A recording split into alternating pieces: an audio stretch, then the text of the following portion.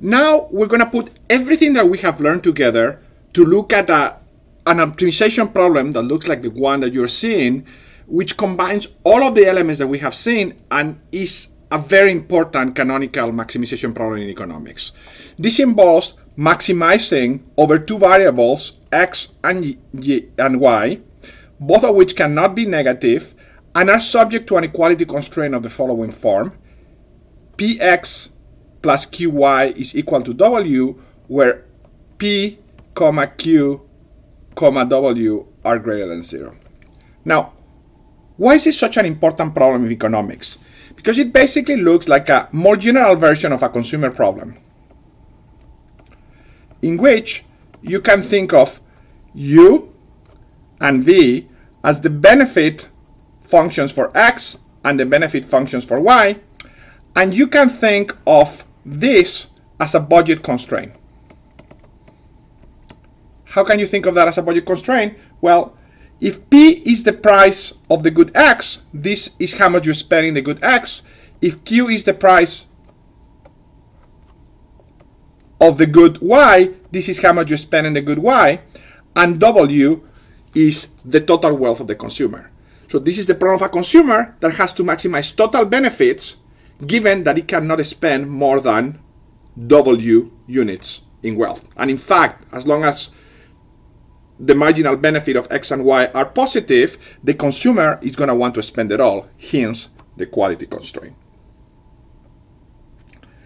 Now, in all of the problems that we're going to study in the course that has this form, we're going to impose our version of concavity assumptions that for this case look like this.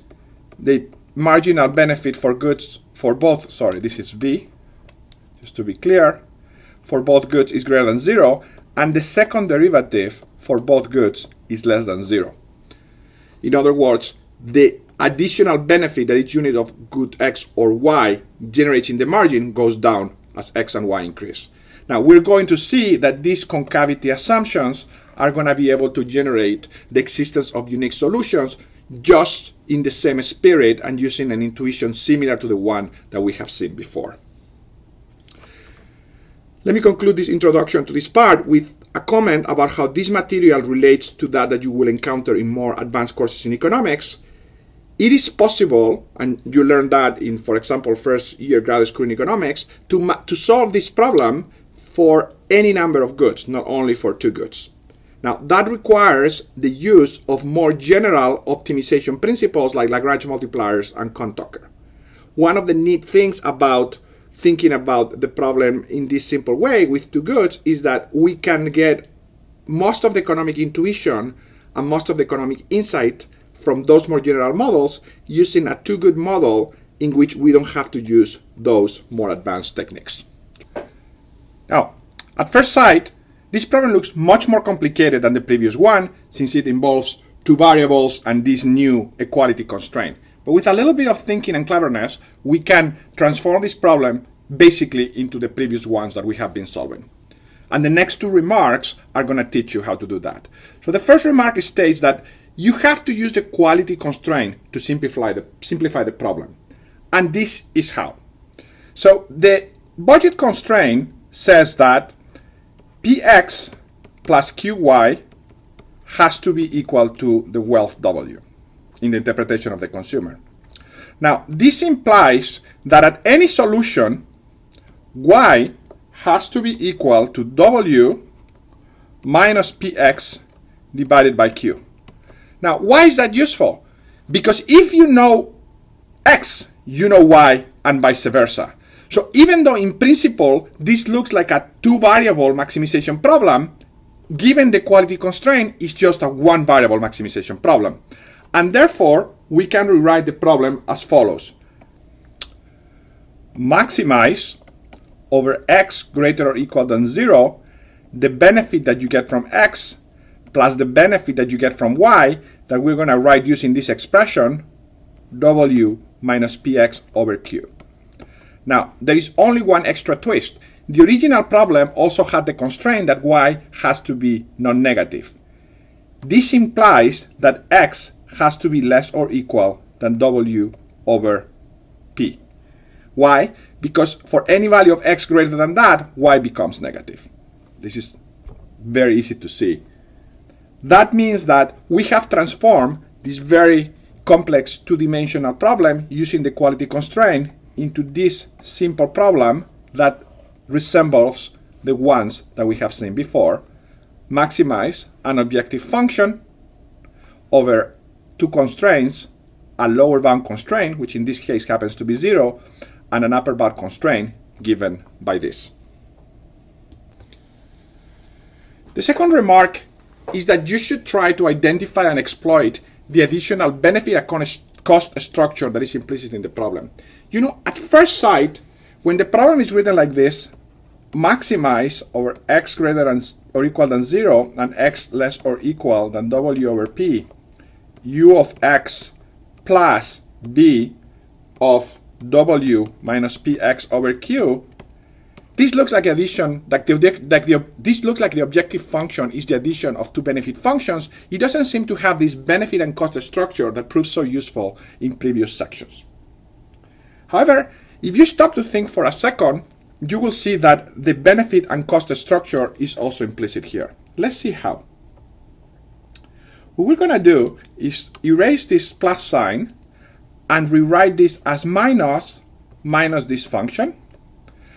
This I'm going to call the benefit function, just as before. And this minus b function I'm going to call the cost function. So again, think of this function with the minus sign as the cost function of taking x units or buying x units of good x in that interpretation of the consumer. Now, here's why I can think of this as a cost function. Let's plot the function c of x as a function of x. Notice that when x equals to 0, the function takes a value of minus b of w divided by q. And then as x increases, the function goes up until the point w divided by p, where the function, for example, here takes a value minus w of 0. It doesn't really matter whether it's above or below for the point that I'm about to make. So let's say do something like this. Now, notice that the first derivative of this c function is equal to p divided by q b prima, which since b prima is greater than 0 is greater than 0, and the second derivative is equal to minus p over q squared b double prima, which since b double prima is less than 0 and there is a minus sign here, is also greater than 0. So this function is telling you mathematically that as x increases, you have something that looks like a cost that is increasing at an ever-increasing rate. It looks like a lot of these cost in the concavity assumption cases that we have been seeing. This is a mathematical way of thinking about it. But there is an even more intuitive way of thinking about it that I hope you will appreciate now, which is the economic intuition. What happens when you take a unit of action x, when you increase x? Well, you get a benefit. But you also get a cost, and the cost is the fact that as you increase x, you can do less y. So every unit of x decreases how much you can do of y, and that is the cost, by how much what you can accomplish in benefits for b goes down. So as x goes up, c goes down, and that decrease is the marginal cost. So bottom line, even though this problem looks extremely different, it's actually a special case of this benefit and cost structure that we have seen before. And we're going to exploit that in characterizing the solution. Now, let's characterize the solution. There are three cases that we need to consider. The first case entails an interior solution. And to see when this case applies, let's use our graphics of the first order conditions that will provide some nice intuition. So, we have a situation in which the solution has to be between 0 and a value x equals w over p. And remember, we're plotting this in one dimension, but when x equals 0, that means that y is equal w over q. And when x equals w over p, that means y equals 0. Now, what do we know about the marginal benefit and the marginal cost given the intuition that we have developed or the interpretation that we have developed? Well, we know that the marginal benefit, which is basically going to be given by u prime of x, looks like this. And we also know that the marginal cost is going to look like this. It's going to be a function that is increasing and is given by p over q of b prima of w minus px over q. Okay. Now, we also know that the solution has to be in this range because there is a constraint.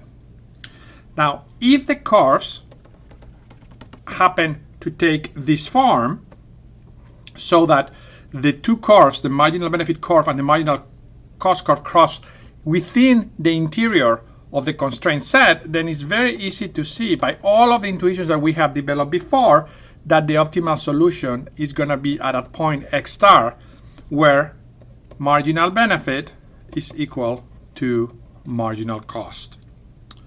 Now, what would this look like? This rule look like if we have marginal benefit equals marginal cost, the marginal benefit is just u prime of x, the marginal cost is just p over q, b prima of w minus px over q.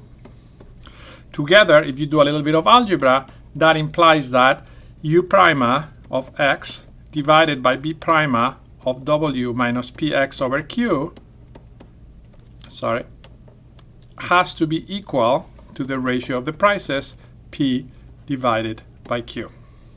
Now, notice that the interior solution is characterized by this, but also by the quality constraint that tells you that y, qy plus px is equal to w.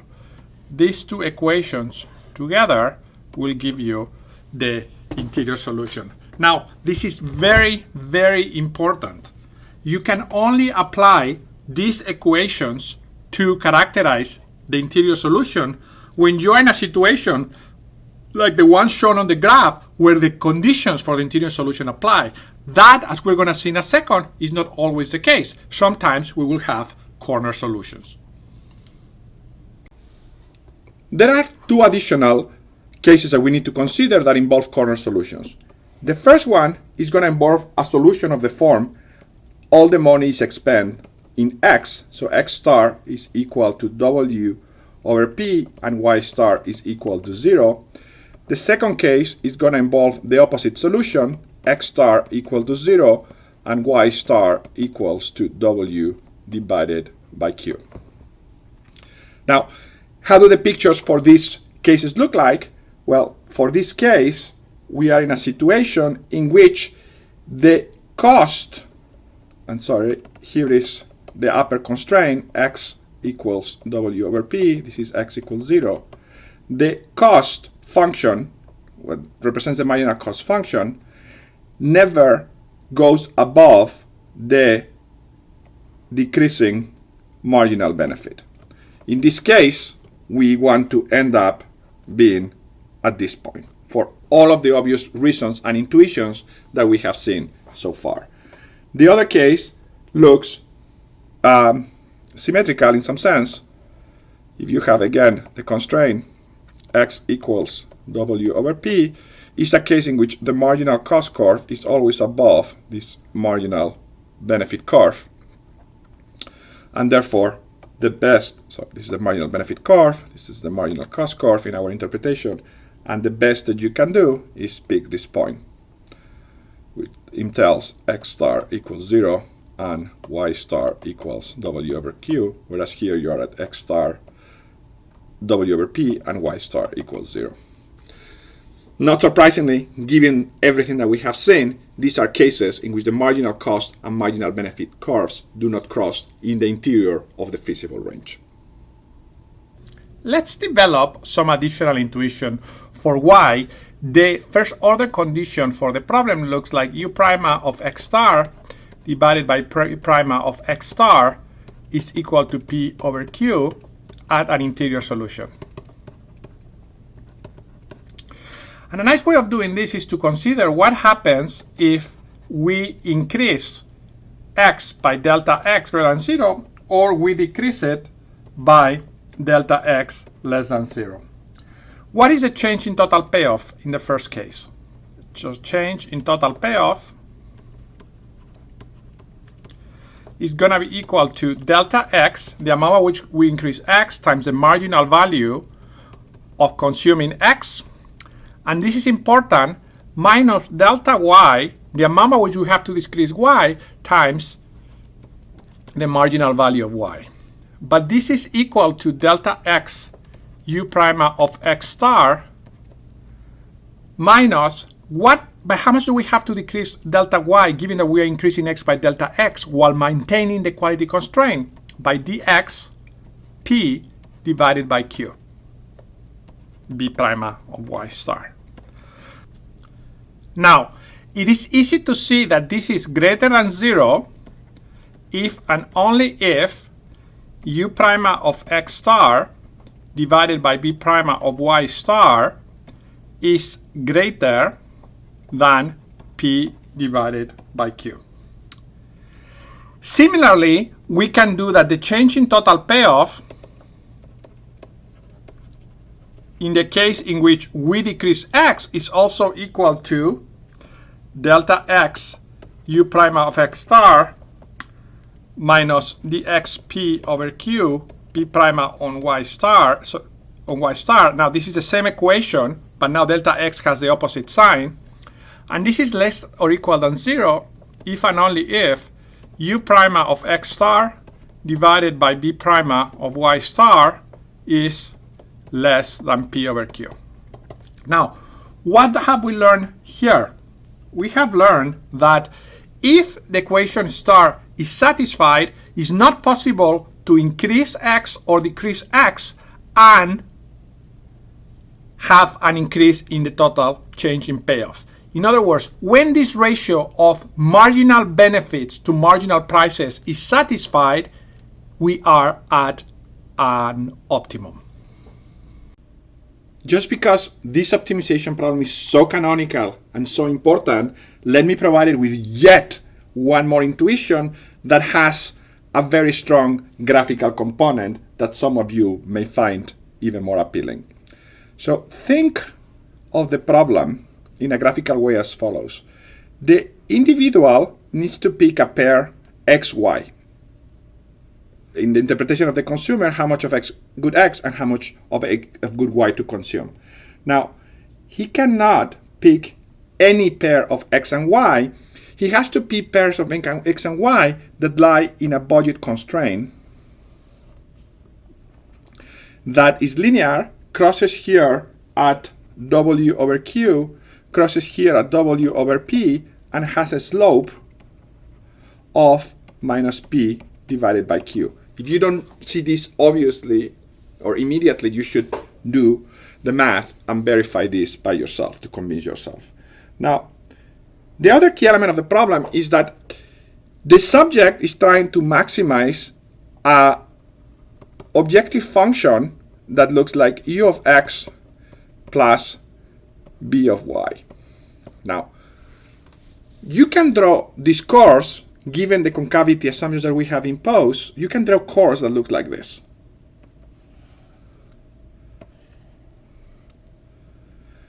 Which are what are called level sets, which are cores that have the property that u of x plus b of y are equal to a constant.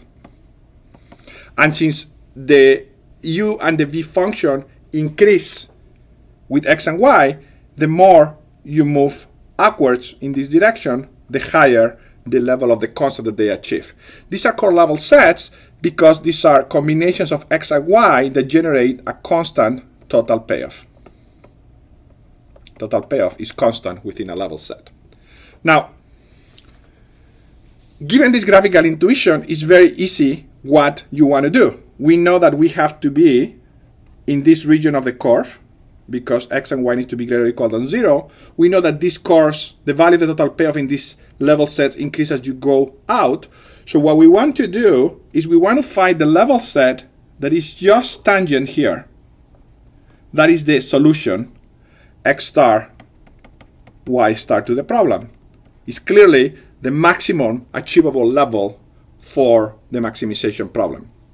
Now, in order to understand the properties of that point, notice the following. What is the slope at a typical point in a level set? Well, we can compute that easily by noticing that taking the derivative of the equation of a level set, which is dx u prima plus dy b prima has to be equal to 0, and that implies that dy divided by dx is equal to minus u prima over b prima. So what do we know? That at any point the slope of the level set is minus u prima over v prima. Now notice that the curve that just touches here has to be tangent to the constraint set, and that implies what we have been seeing all along, that our interior solution u of x star divided by b of y star has to be equal to p divided by q.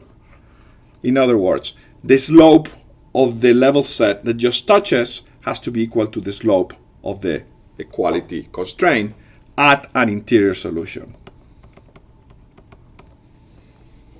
Now, I'm not going to do this for the sake of time, but a good exercise for you would be to draw what this picture looks like when you are at a constraint case in which you consume all in x and nothing in y, or vice versa in this particular case, in which you consume all on y and nothing on x.